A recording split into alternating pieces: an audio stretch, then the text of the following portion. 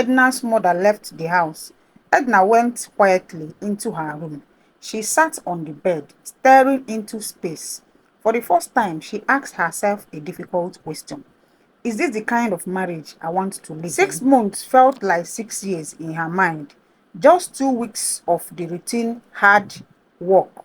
She has already broken her body and spirit. That night, she called her husband with pain in her voice. She said, I don't think I can continue. That 6 months is too long for me. I've only worked for 2 weeks and my whole body is already in pain. I would rather live than stay and cook, wash, and clean for the whole family every day. The next morning, Edna made her decision. She packed her belongings quietly and walked out of the house. Her husband tried to stop her. He begged her to stay, but Edna has made up her mind. As she was leaving, her mother-in-law saw her from upstairs. She shouted and said, if you step out of this house today, don't ever come back. Have it in mind that this marriage is over. Edna looked at her calmly and replied, I am ready for anything, and she left. 2 days later, the house felt different, quiet, empty.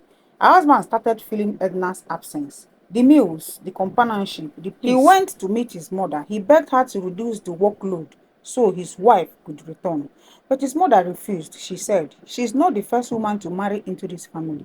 My other daughter-in-laws did the same thing. I will not change my rules. If she can't do it for 6 months, she should forget about the marriage. Angry and disappointed, the husband left the conversation. 3 days later, he made a shocking move. He packed his belongings and left the family house too. Nobody knew where he went. His mother kept calling him, but his phone was switched off. Days later, he finally contacted Edna. He told her he has left the family house. He begged her to reunite with him. Edna agreed. No one condition. They would live on their own. They rented an apartment, furnished it, and started life together again. Peacefully. The mother kept calling her son, but he stopped answering her calls. 1 year later, Edna and her husband welcomed their first child. They invited the mother-in-law for the child dedication. She refused. The mother-in-law declared that no member of the family should attend because Edna did not obey the family rules. She even warned that anyone who attended would be disowned. The husband accepted it. They went ahead with the dedication. Later, the mother sent a final message. If you want us back in your lives, return to the family house and complete the 6 months rules. Edna said no. Her husband said no. And that was how they chose peace, even if it meant losing family ties.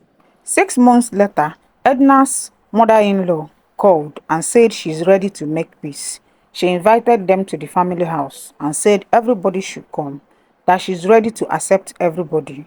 She even apologized to Edna and her husband and said she's very sorry, that they should forgive her.